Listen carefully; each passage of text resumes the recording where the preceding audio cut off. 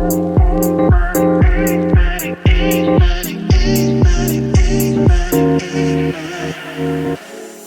right, everyone. Welcome to another edition of the Al Here and Talks podcast. We are part two with the only one and only Johnie Palmer. If you caught episode one and listen, don't watch this one, listen to this one until you listen or hear, until you watch or hear the very first episode we did with Johnie, because this today won't make a lot of sense without you having that background. You got to have that background, because last episode he was Nino Brown. Now this episode he's becoming this superstar real estate agent. So you got to be able to catch the transition.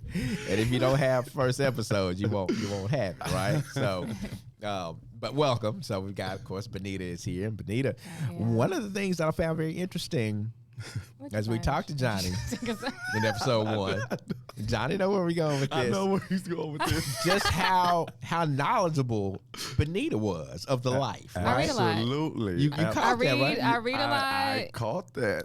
And she talking about she read and watch TV and watch movies. episodes. You know, The way she talks sound like first-hand Absolutely. experience with somebody. Somebody, in that right, world. right, correct. It's not her. You know, Right, yeah, exactly. I don't think it was Not her. her, right? Her. But she was. You caught that too. Yes, I In did. fact, if you go back and look at, most people listen to the podcast, they'll use Spotify, whatever, and I like to listen to it too when I'm driving. Mm-hmm. But if you go to YouTube and watch, I look at the camera a few times to make sure, hey, in other words, if you see me doing that, I kind of want to get your attention to pay attention to other stuff. And I wanted you to catch Benita's expression and stuff she was chiming in on, just to kind of clue you in if you were missing that somebody kind of liked the action. So I don't know if that's what she was kind of attracted to back in the day or what, but she was. Look at that laugh. Yeah. Look at that laugh. You know what? Says I it will all. admit, when in my younger days, I liked the bad boy. That's it. Okay. That does not mean. What does that mean? I didn't. That's all I'll say. Okay. So that's what you wanted to date and that kind of thing. That was your preference. You wanted The what? You said the bad boy, right? That's what you said. Yeah. Okay. I think most girls. Oh, most girls, that's what they want. Okay. I think I that's don't true. care what they tell you. I think that's true. Okay. It's nice guy stuff. It's hard on the nice But guy. then we get older Nice and guy. wiser. Okay. So since you made your transition from Nino to nice guy, It got hard out here. Really? Al. Are you for real? What? I said I'm about to go back to No. not the bad boy ways. No. Just that attitude. the attitude that went with it. The attitude of it. Yeah. Okay. Wait. Nice guy get you ran over sometimes. Okay. You can't be too nice. I think that's for anyone. You can't be too nice now. You gotta, set your boundaries. Absolutely. Let them know. That's true. Yeah. That's true. Yeah, but I think all of that is subjective. I don't know what too nice is, right? So, Like he said, you can't let somebody just run over you. I don't know, and that's a whole different thing. I don't think that's a nice thing. I think that's just somebody who Having boundaries, standards. Yeah, right. You can be a very nice guy and have standards and boundaries, and let them know that that's what you won't tolerate. We're not tolerating that. Exactly. Absolutely. Exactly. But in the old bad boy days, it was assumed. They understood that was not going to be tolerated. It was already known. Okay, he wouldn't even try me. I want to ask. I didn't get to ask you last time. Did you say you have a daughter, Mm-hmm. and you were in the streets, like you said, when you were with her mom? Yeah. So how did that Even work when out? she was born. Yeah, because I remember you said she remembered like times, like Yeah. But how did that work out with the mom? Like when y'all were together, with you just out here. Oh, I mean, She it worked. she knew your Yeah. life and everything. Absolutely. Yeah, she definitely knew the life. Yeah. Well, so just kind of catch you up. And like I said, you do need to watch episode 1, but just to kind of bring everybody back to this. And actually, when they come out, both should come out today. So you can see 1 and then just watch 2. But the deal is, we want to make sure that the reason this was such a fascinating kind of study for us, right? When I first met Johnie, I have no knowledge about this previous life, right? And I think most people, well, I know most people who encounter you, if they didn't know this stuff about the past, would have no idea. You could no idea. You could ask me bet $1 million on somebody in the office who may have had a life like that. You would have never come up, right? Absolutely. You would have. It wouldn't have been you. No, he wouldn't have been on that list at all. There are a couple of people. What a I can great see transformation then tonight. Jazz or somebody. I can see. No. Not even that. No. No. Edit that out. We give Jazz a hard time. Jazz, we just messing with you, man. That's what. I can see Jazz maybe attempting the life. You understand that because you see him with braids. I can see You think that's what it is? I think that's braids. Yeah, I think if he cut his braids, you wouldn't have even said that. I think You wouldn't even say that. You associating the braids with see, Jazz. Don't listen to him, buddy. Don't listen to him. he probably not here trying to sell some dime bags or something. Y'all so get them off you when you see them, Jazz. Okay, get them off you when you see them. Jazz, we just play with you. That's our boy, Jazz. Yeah, but he out there pushing Trump caps and now make America great again. So, yeah. But anyway, so again, we would have not been able to see that. So what is so fascinating about this is how do you go, right? Because it feels like a clean break from that life, like almost like something suddenly happened that you decided, hey, I can't do this anymore. And then this is the new guy. In fact, all we know of you is the smiling, happy, always positive guy. And then the guy that we talked about in the last episode never even smiled. He just walked around always kind of sullen, kind of mean mug. Mean mug, right? Mean mug in public. It was. It was. Like I say, unless it was around my friends. Gotcha. Most of the time it was that mean mug look that I didn't even, honestly, it wasn't like I was just thinking about it and I'm trying to make myself look like that. That was just a look I had, I guess, you know. Right. Just from being in that life for so long, that's just a look that I got on my face. I wasn't like that in high school, you know. I class clown kind of, you know, in high school. So like to have fun, but when I got in that life, I guess it just automatically I was in a phase where it's like you gotta be hard out here, or somebody might try you, right? You know. So so we left off. You had a friend who was a ball player, I think, in NFL guy. Shout out to my buddy Keith Davis, still one of my best friends to this day. All right, for sure. And he gave me that idea. He had a buddy that Did I tell you that was selling real estate in Houston? I think in Houston, yeah, absolutely. Gave me the idea. I didn't join the buddy's company, you know, but still, Keith gave me that idea. Okay, you know, so and Keith gave you the idea because he saw what? He saw that you had the skill set. He thought obviously you were a salesperson, pharmaceutical sales, but not businessman. Yeah. So, but he saw something in you that he thought could translate into obviously a legal lifestyle, but he thought that you had the skill set to be able to be a real estate agent. Yeah, and that was probably his low-key way of trying to get me away from that life, right? You know, without directly saying it or something. You know what I mean? Sure. Yeah. It could be all that, right? You know. So and so then you went for it. You went. You know, you told us about how you had to take that test a few times because I mean, you were kind of halfway, coming in at 2 o'clock in the morning trying to study for a test that you got to take in a few hours. Didn't really. That didn't set well, you know, but I still tried it over and over again. It finally kicked into me like, boy, you better study this thing if you really want to do this. Right. So persistence paid off. You finally passed the test. Yes. And you start working in real estate, but you're not broken all the way free from the life. No, I hadn't. What year did you get your license? In 2008. That's right. Okay. Mm-hmm. So I eased my way out of the life because I mean my first year in real estate, like I said, I didn't do one deal, so I did not make one dime. Did you try? at all, really? Yeah. Okay. Absolutely. You know, I used to go to the office all the time, but I just never, I would be sitting there by myself. Kind of, I would talk to people and see if I can get some help.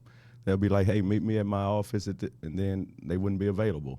So I just didn't have anybody that really put me under their wing to show me how real estate is really supposed to go. You got to understand, I never had bought a house. I never did anything in the real estate world. So for me, coming from what I was doing, or the jobs that I did have, was always customer service work. So I'm just answering the phone and doing things like that. So it's like I had no clue about nothing about real estate. Yeah, the training was good. It was great. But, you know, it really comes from hands-on, you know, being able to work with some people. And I had no leads. I had nothing. So it was tough. Gotcha. And then, so as you're doing that, obviously, if you're not making any money in real estate, you still had to make some money. Yeah. So you were still doing your other stuff. Tell me about, because we talked about this was off air, this is just us talking, but there was an event, basically, maybe one of several, but I remember you just talking about there was a deal where you went and these women were praying for you, and you felt like something just kind of came over you in that instance, and you just kind of like, hey, I'm no. So that was later, and that was not in that. Okay. Yeah. That was as I speak, you know, because I'm with a foundation, so I speak to people as well. So that was at one of those events. Okay. Where I was speaking to the group of ladies. Okay. And that was literally a couple of years. Yeah, probably 2 years ago, if that. Oh, okay. So that wasn't the transition point. No, okay. Just the transition was really me starting to see that I was making some money in real estate that could actually cover my life, my lifestyle. You know what I mean? Like I have taken a huge decrease in pay.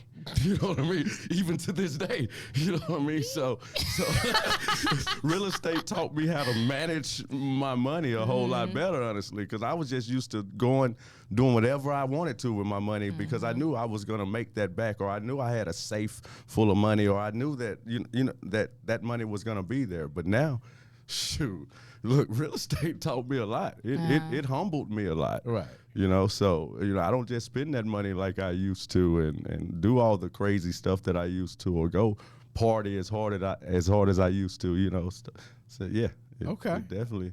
All right. So then, so as you start to, so the first year not doing anything, and then when did you finally start kind of putting it, and obviously you had to put in the work to actually, real estate is one of those things that if you don't really work it and you know, some people will say, well, you don't work it like a 9-to-5 job. No, you got to work it. It's even different than a 9-to-5 job. This is almost a 24/7 situation because you are the owner of your business. You are this, so you're like a true business owner. So you were a business owner in that other life, right?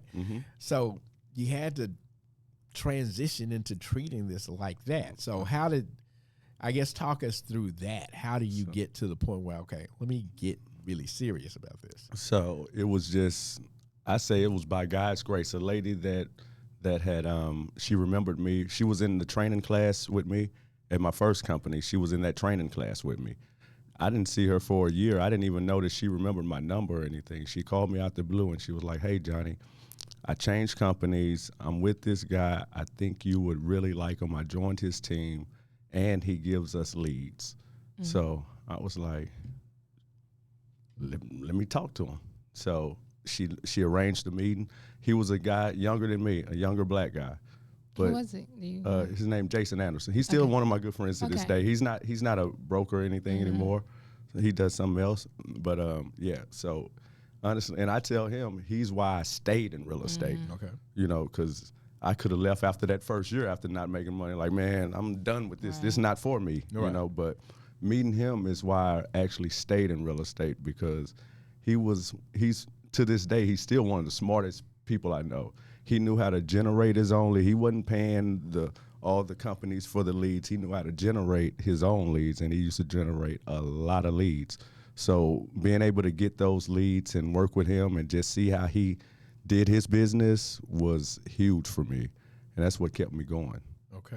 Yeah. All right. So, do you mind telling what was he doing? That was man. He was putting ads. He was putting ads out. He was using what is it, like Craigslist. He would make all these per zip codes. He would have different searches per zip codes that people could just click on, and then it'll go to some site that he built everything himself.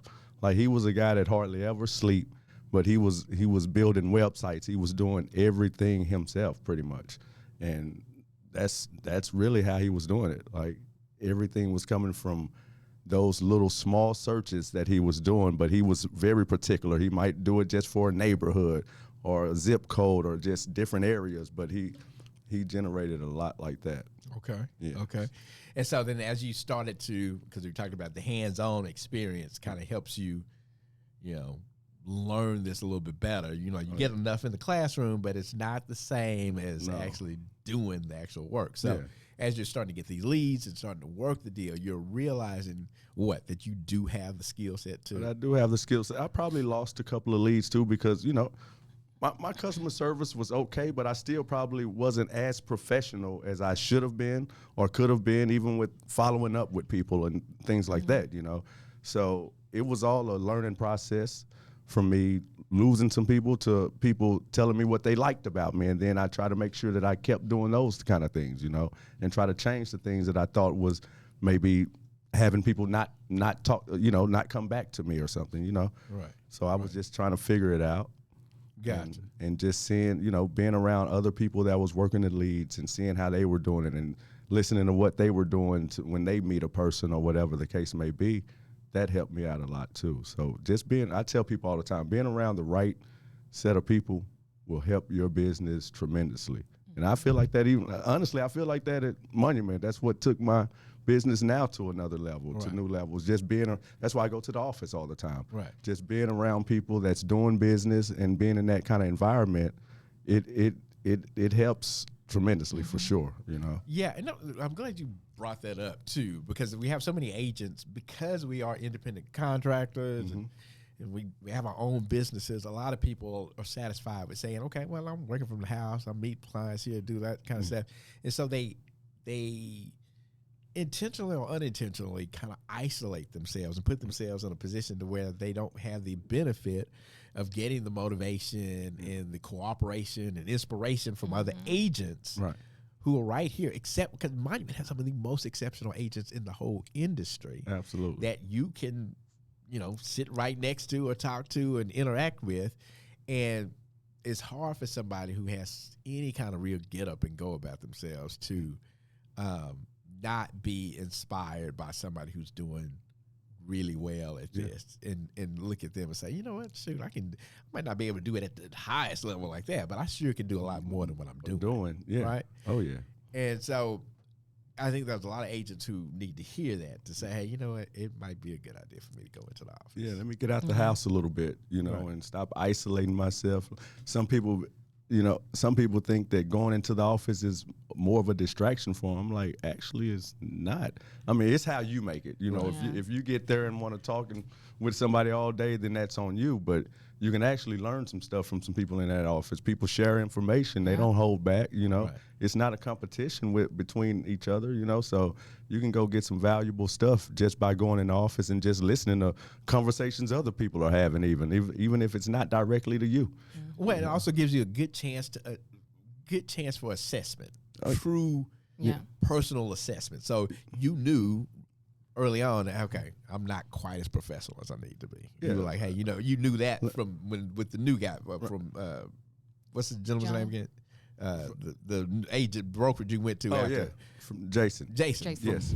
Being around him, you realize, okay, yeah, I got to step my game. Right. I can't sit here and wait on a deal to try to come to me. I can only tell so many people. Right. You know what I mean? Right. So I got to figure out what I need to be doing in the meantime of me waiting for a referral to get some business. Right.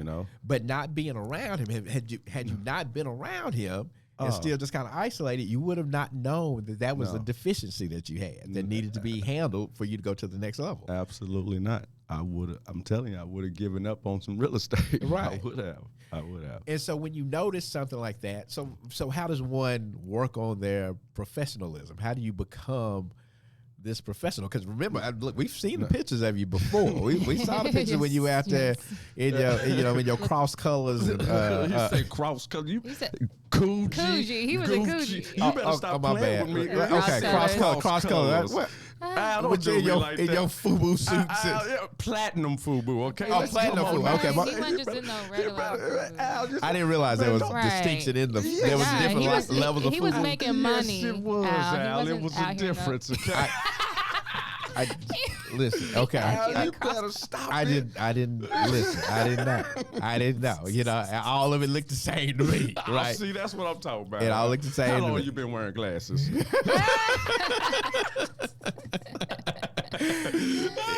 So the short sets and stuff, there were levels to that, There right? was levels to that. Okay. Yes, indeed. Okay, all right. If you say so. So you were out there in the platinum FUBU, not just the regular I'm FUBU. not just a regular. Okay.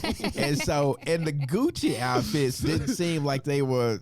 Yeah, it would be hard for me to see going into the regular Gucci store and finding that. I mean, That we level talking of- about back in 2000. Yeah. But even Same 2000, thing I don't know today. that Gucci was doing the styles quite like that. I think. mean, Al. Where were you going into the Gucci store getting the Gucci stuff? Or Yeah, was that- and then so I was even trying to I- say you were somewhere on about somebody's trunk. I think that's what you're trying to Well, say. I'm just saying. Maybe I didn't see And enough then of the I know outfits. people that did custom clothes that get their stuff and they'll custom make it, all kind of stuff out. Now don't.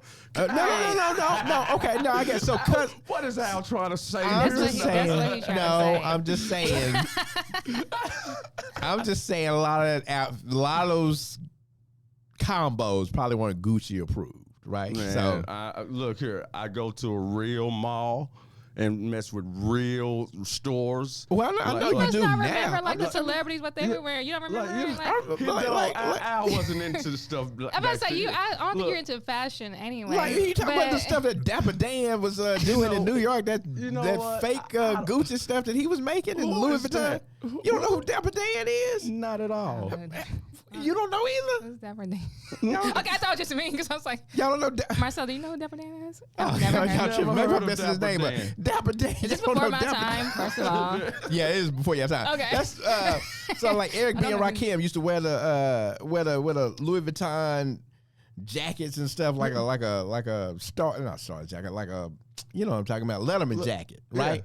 But Gucci and Louis Vuitton didn't make that stuff. But- Dapper Dan was getting the stuff and then That's what I'm saying. Yeah, like, but you can customize it. customize. Yeah. well to And that's say still- that's they're still custom. getting- they're When you say still something getting is It's almost like, customized, okay, Gucci it's material the same. from the Gucci people, Yeah. but they're just customizing it for you. It's the same like what people do like with sneakers and stuff like that too. Like they'll Yeah. go, you can still go buy the sneaker and then just customize it. okay, yeah. It's still real. Well, Absolutely. is it Yeah. though? It's still Yeah. real. It's the it's You just want it to the customize to how you want fabric, it. but it's not. Okay, we can argue about that later. But here's the deal. So, but yes. So, I mean, where we go? We going. So you went from that. You know. So what now? But before you got your license, though, you had already known that could you cut your hair and got the gold removed and all that stuff, but you just still weren't moving.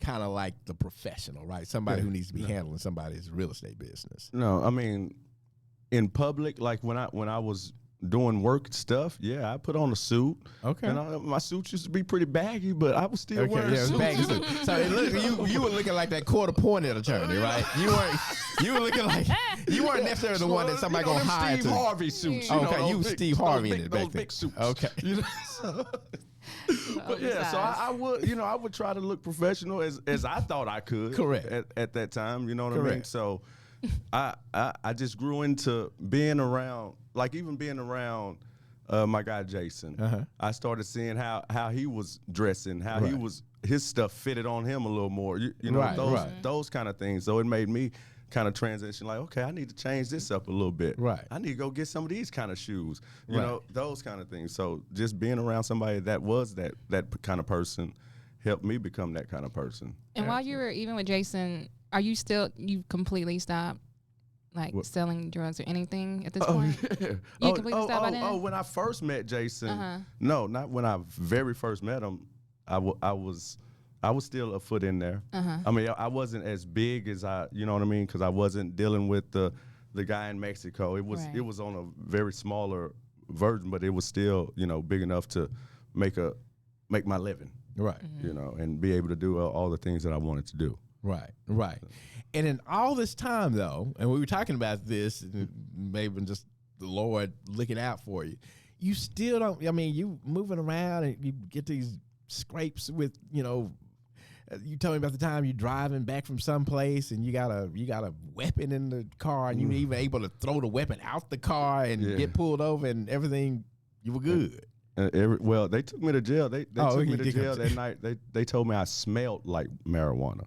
I went to jail. They gave me you said that almost like you didn't think you. No, I know I did, but I didn't know that you could.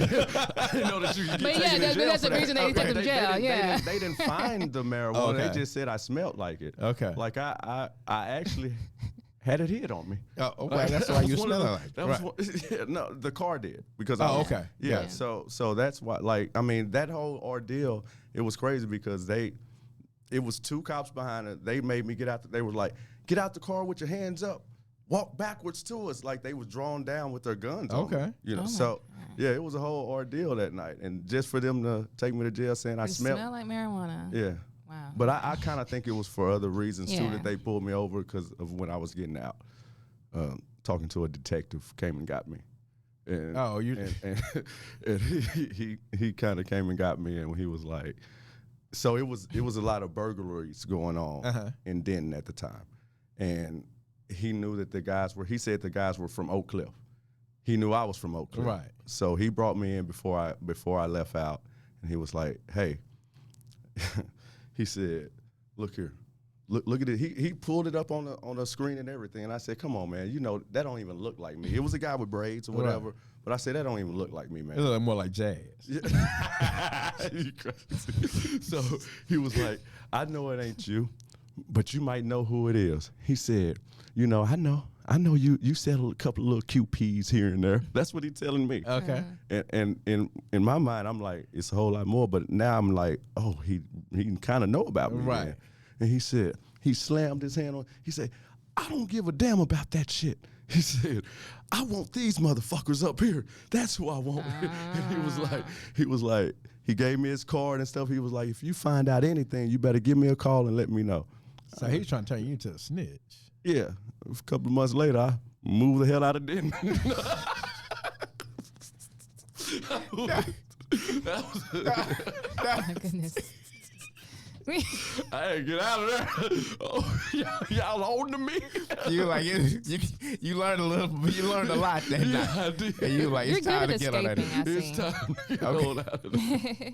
All right. So, but so I was saying all that to say though that in the back of your mind too, though, you know that there's something that's allowing you to kind of move out here and get little bits of information like that instead of getting kind of railroaded. You kind of break, and then it goes back to the fact that you were still on Sunday mornings trying to make your way to church and still trying to not even trying. I was making my way. You make your way to church. Making my way. The best thing they could have did was give us a 1 o'clock service. Give us a 1 o'clock church service. That is the service. That's late service, so you can look around. That was the best thing that happened for me in my life.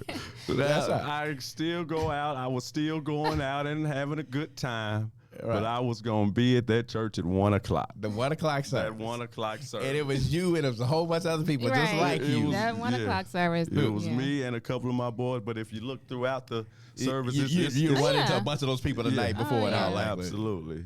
Absolutely. and so, but here's the deal. And you know, there are there are some churches that are all about simply taking care of the people within the walls of that church. Right. And I think it's a very selfish kind of position, right? Because I think we're called to go beyond the walls of the church. Yeah. Right? And so I've always given props to ABAC for that, because that's always been kind of their thing. Yeah. And so that 1 o'clock service, which appealed to you and the whole crew, I think over time, kind of help transform you because you knew this is really what I'm not supposed to be. I'm not supposed to be out here like this, right? Absolutely. Right. And I'm like, I've gotten away too many times with nothing really happening to me. Right. You know what I mean? Nothing very serious happening to me. So I just kind of knew that, that you were kind of on borrowed time. Like you'd already kind of.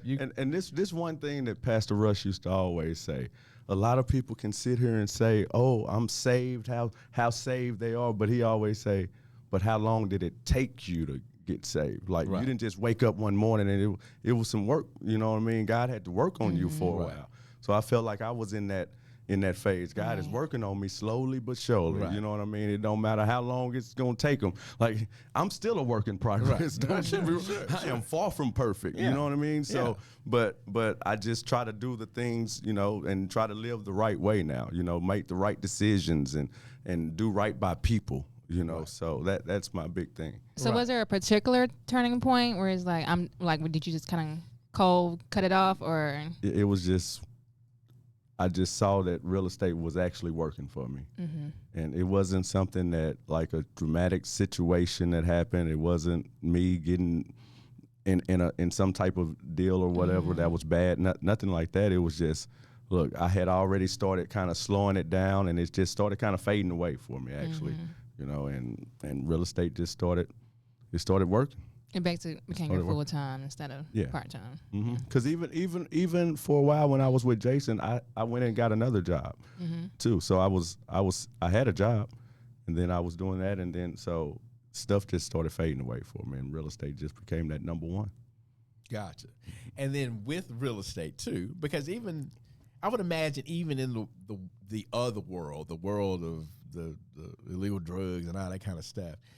I imagine just kind of your personality, there's still, you may not have been out there trying to be the biggest dope dealer, but there was probably some level of, I kind of want to be significant out here in these streets. I don't want to I ain't just no corner dude. I want to be, you were kind of letting them know that, hey, I kind of, when I go up into the club, I want the people to know who I am. I want the section next to the people that's balling in this thing. I don't want to be. I'm not a regular kind of dude in here. You know. Right. You don't know who Johnie Palmer is. Right. Or Red. That's what they. You know. They gonna say, not Johnie Palmer. They didn't know who Johnie Palmer was. They knew who Red was. That's for sure. Yeah. Oh yeah.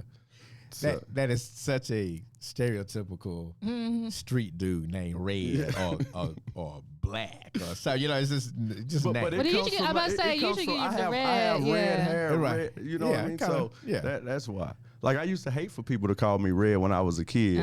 Redhead, red. I'm like, my hair brown. It ain't red. Don't call me red. I used to get mad about that. But then when I started saying, oh, it's actually cool to be called red, you know. So that's what they called Malcolm X before he was, you know. Yeah, he was red. That's true. Yeah. Yeah. So, yeah. But I wasn't even thinking about that back when I was younger. I'm sure that didn't cross your mind at all. Okay, so good. And so, excellent. So we move past that. We realized that real estate can pay the bills. Not only pay the bills, you do really well at it. And there was a side of you always that knew this really is not where I'm supposed to be. Right. This life that I'm out here living. This is foul. This is not me. You're still going to church, trying to work all that stuff out. And I think just the kind of the confluence of all of those things got you to the point where, like, look, that's not me. I'm a professional, God-loving, God-fearing person who needs to kind of clean this stuff up and get to a point where I'm just out here living my life, being of value to society and to my clients and my families and friends, and you just become this person who now smiles and that is kind of a light, who's a person that people are like, okay, I like that dude. I like Johnny. Yeah. Right? Even to the point now, years later, where you ride around and just park your car somewhere and decide to bust a real estate rap and then shoehorn in a harmonica solo. I'm like, what? I mean, that's the thing, right? So it is so opposed to what you used to be. Definitely If you had to summarize it, the transformation, how would you put it? Just seeing how people kind of reacted to the Johnie that smiles, the Johnie that can be a little bit more talkative to people, or just go kind of anywhere and blend in. I think that's just what made me more confident in being able to go out and just be more open with people and be I guess what's the word I want to use? I don't know, just being somebody that feels approachable. You know, because I didn't used to feel approachable all the time, you know, and I felt like that was probably something, and it could have been in my head, I don't know, but I felt like that was something that did kind of alter my business a little bit, because I didn't feel like I was that approachable person. But over time, just me being in situations, even me going to little events where you got to stand up to say your name or something and tell what you do. Like, I used to get so nervous, and so I used to break out into a sweat. When it get to me, I stand up real fast, say something real quick, and sit down and sweating. Like, I used to get nervous on things like that, because that wasn't my environment that I was used to being in. But the more I put myself in those situations, it got a lot easier, and I got a lot more calm with it, and I'm able to kind of go anywhere. I've been so many places where I'm the only black guy in the room. Like, back in my day, I would have looked in that door and say, oh, there's no more black folks in here. Right. I'm not about to go in here and be a standout now. It doesn't matter. I go anywhere, you know, and wear the same smile and just try to do my thing. Did you bring your harmonica today? You didn't. Did you? Yeah, you got that harmonica. Did you get your How you gonna be here with no harmonica, man? You didn't bring the harmonica. No. So anyway, if you all, he got the harmonica. He got it. I noticed his face. He got it. Listen, he got it. No, listen. No, okay. So, all right, let's talk about the harmonica. So, I remember as a kid, I think every kid at some point had a little harmonica, right? You got a little toy harmonica. Nobody ever learns how to play it. There's no lessons to it. You just blowing on it and riding it across your lips and just making noise. So I'm like, surely that's what you doing, right? Because I'm like, I know you didn't. I did not learn. You know, I watched it when I first bought it. I watched a couple of little YouTube videos. And after that, I thought I was a pro. Just know if you know. You know what? I'm going to tell y'all the truth what I do. I just beatbox in the doggone thing. That's all I do. And it's making. But have you always done it before real estate? Or just, decided, you know what, let me just. Something you picked up as a around for around 2019, like right before COVID is when I picked this thing up. It was just random. Me and my buddy was having a conversation. Shout out to my boy Anthony Dorset. Okay. That's who got me on this harmonica. Is that Tony Dorset's son? Yeah. Okay. So Tony Dorset's son is responsible for you getting on playing a harmonica. Yes, he is. Oh having a conversation, just joking around, talking about women. He was like, I bet you ain't never sung to a lady, huh? I said, wait a minute. You know I have. I said, yeah, I have. And then he said, I bet you never played the harmonica. Has he? And I said, you haven't either. Right. He said, yes, I have. What? He told me a my chick God. got him a harmonica years ago. Now, do you know how crazy this sounded? Yeah, absolutely. Do you know how crazy you making Tony Dorset's son sound right now? Because y'all sound idiotic. They sound like men. We keep going. You were slow jamming the harmonica solos. Y'all were getting women like that. And I'm sure it worked. I never did. Sure it worked. I never use it. You sure that worked? No, that would work me. with you? I'm sure it worked though. After that conversation, I was like, you know what? I'm gonna give me a harmonica. It's different. And I went in and I ordered a harmonica. This was after you stopped smoking weed, right? Like 2019, you were done, right? Because this sounds like a weed conversation, right? It actually does sound. So you go get a harmonica. Yeah, and then so one day in the car, I'm sitting there and I start playing with it and I film myself. And then I put it on my social media and so many people were just laughing and just enjoying it that I started doing it on a weekly basis. And then probably within 6 months or so is when I was like, I'm gonna start rapping because I was just normally just playing it to a beat or whatever. Okay. So then I was like, you know what? I'm gonna start rapping to it. So I started doing little hooks, and then I said, I'm gonna make it real estate related. And that's when the real estate stuff, and I was doing it for about 2 years straight. Every single Friday, I was putting that stuff out. Did you do it this past Friday? I don't think you did. No, because I don't do it every single Friday anymore. I did kind of get burnt out because from doing it from when you just ride a harmonica across your mouth and don't know what you're doing, I'm sure it's burning you out. You got to tear your lips up too. From 2020 to 2023, 24, like probably 2023 every Friday. That's a long time. That's not a Friday. Like these artists that get Grammys don't come out with music that much. Yeah. You know what I mean? Well, I probably wouldn't. Yeah, I wouldn't really compare what you were doing to. You heard me slide that in there. Yeah, I don't think we really doing apples to apples comparison right there. But look, it's work though. Right. It's work. And then when people are messaging you, hey, you ain't got nothing coming out this week? I'm waiting on you. Like, they put a lot of pressure on me. Okay. So here's this. Y'all, please go. Can you tell them where they can go see this stuff too? Because it's on your. It's on my IG on Instagram, Johnnie_the_realtor. We're gonna hear it on here. Johnnie is Johnie. So you can just look up Johnie Palmer. So I'm sure we're gonna hear it in a few seconds. Yeah. So let's do this because now this was not gonna be the request at first, but now after the conversation with you and Anthony Dorsett about can we get were you slow jamming the harmonica to? So how did it work with the women? I never tried it. I never tried it with the women. Okay, because you knew that was kind of crazy, right? Yeah, I wasn't gonna do that. I mean, like when we were talking about singing to women, that was like back in our day. Not not like now. Okay, 30, 40-year-old Okay. Thank you. I'm glad you straightened that out for us because that was It just gave me something. It gave me an idea to be funny online. Mm-hmm. Okay, that's what I was using it for. Let me catch people's attention by being a little funny online. Yeah. And it went from me just trying to catch up with a beat that I had playing in my car to me actually putting words with it. Okay. Now, before we get the harmonica from you, so here's the thing, y'all. So now here's what's so crazy. Johnnie has become this highly prolific real estate salesperson. I mean, he's closing deals all the time. He's got high-profile clients.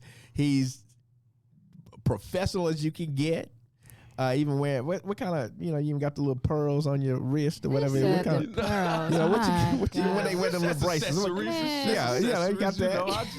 I like to try to dress a little nice. Okay, yeah. I mean, so you transformed into all this, but a lot of it's on the back of this persona this fun-loving, rapping about real estate, playing harmonica thing, and a lot of people would think it's kind of counterintuitive. They're like, who gonna take that cat seriously? Yeah. But it draws people to you. Explain that. It draws people to me. I have gotten so much business just from people messaging me like, I want to use you as my real estate agent. You seem like you're cool, you down to earth, you funny, and I want to use you. So that alone, people just being able to relate to you no matter what it is, if they can relate to you in something, they will want to use you. They will want you to be their person.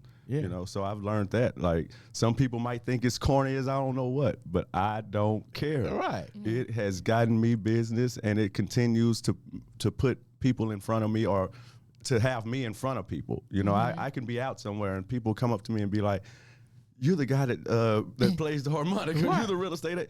I have no clue who these people are. Right. So it's just those little things that I tell people, do whatever you need to do to stay in front of people. That's right. Stay top of mind. Stay top of mind. Yeah. As long as it's legal and you can put it on camera. You know what I mean? Now, okay. So do you mind? Can we get? You don't have to come up with anything new. Kind of give us one of your old performances. But we got it here. Like. Can he redo it? I'm saying, is this just off the cuff, right? When you do it in the car? No. He's worked on it. You like practice it before you record it? Yeah, so like I might write it right before. Like when I first started, it was just something off the top of my head. Yeah. But the more I did it, I'm like, I don't want to be repetitive with stuff. So I got to start writing. So it take me about 10 minutes. If I have a beat, then I can come up with it pretty fast. I think about what I want to talk about, and then I just put it to paper pretty quick. Good, okay, that's good. I mean, back in my day, I thought I was a rapper. Oh, you trying to be a rapper too? Yeah, I was in my senior year. Okay, yeah. Talent show rapping. That goes with I was rapping in my senior talent show. You know what she was dating back in the day because drug dealer slash want to be rapper. Start this, okay? I didn't just start this. Okay. I do want to ask, have you sold a trap house yet? I mean, I've sold some houses that could have been one. Yeah, probably, that probably was, okay. No, because I like the wholesale houses too. So those are typically the houses, Yeah. the real broke down houses that people use as trap houses sometimes. So maybe one of them was I didn't have any knowledge of it. Right. But maybe so. Right. Okay. That was not his intent. He was not trying to do that. Not at all. So, as we wrap up, can you leave us with a little? Can we get a little harmonica? Get a little one of your hits? What you wrote something over What are your big weekend. jams? I know you worked on something, man. Let me tell you something, Al. I live performances, I get a little nervous. Oh, But you come trust on. So listen. I Beat might the try jail to give you a cells little with something. I might try drug to give you a kingpins. little You something. nervous about this? But if I mess up, y'all just bear with me. I ain't coming back on if I mess up, though. I'm going to cut it right there, okay? Listen, how can anybody know when you mess up on a harmonica? Right? Exactly. Because it all sounds I'm messed up. going to give you some words, too. Oh, okay, well, we want the words. Yeah, Okay. that's what I'm saying. So that's what I mess up on. Oh, okay. I might be a little stage fright right now. I ain't think never you're had good, to do actually. this. Man, you can tell he worked on something. He worked on He something was since ready the the last way he episode. pulled that harmonica out. I ain't work on nothing, but I think I remember this one a little more. Let me see. What you got? You got the lyrics written down. Just the beat that go with Oh, the okay. song. You need to start putting this on YouTube. He does have it on YouTube. You do it on YouTube? What Oh, does okay. You have it on YouTube, right? Oh, Johnny on the beat. Something you should know about me. 16 years rocking in this industry. If you know real estate, you know it's not for the weak. My team really is the best. Never giving anything less. Oh my like the rest. Hey. All my clients VIP. You're gonna talk directly with me. Buying over $1 million or a home under 3, you'll always get the same type of energy. Okay. There's no realtor that's flyer. Taking care of sellers and buyers. All the I give or flyer. Talking then me, you's a liar. Okay. Hey, y'all excuse me. I got a little nervous. I kind of messed up a little bit. But y'all see where it's going. Yeah. Hey.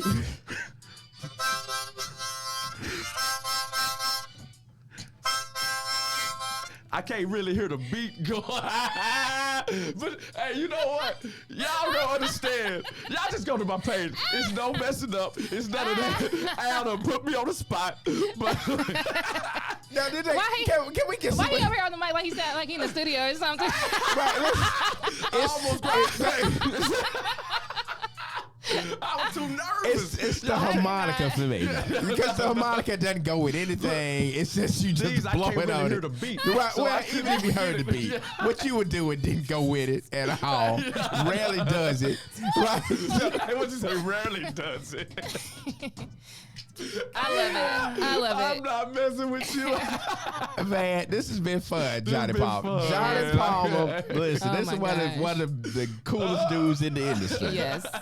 And if you're looking for a great real estate agent, this cat is one of them. And he's really a great asset to the whole Monument team, right? So, That's funny. we appreciate you hanging out. Y'all, if y'all enjoyed I this. appreciate y'all for having me. It's been a great time for sure. Yeah. Well, very These good. last 2 days been great. Yes. Sure. So if y'all can subscribe, like, share, do all that kind of stuff, so everybody can this is one for the books right here. Got me in here sweating. Yeah, Now, look now at you this. did your thing, man. You did your thing. All right, y'all. We appreciate it. We'll catch you on the next one.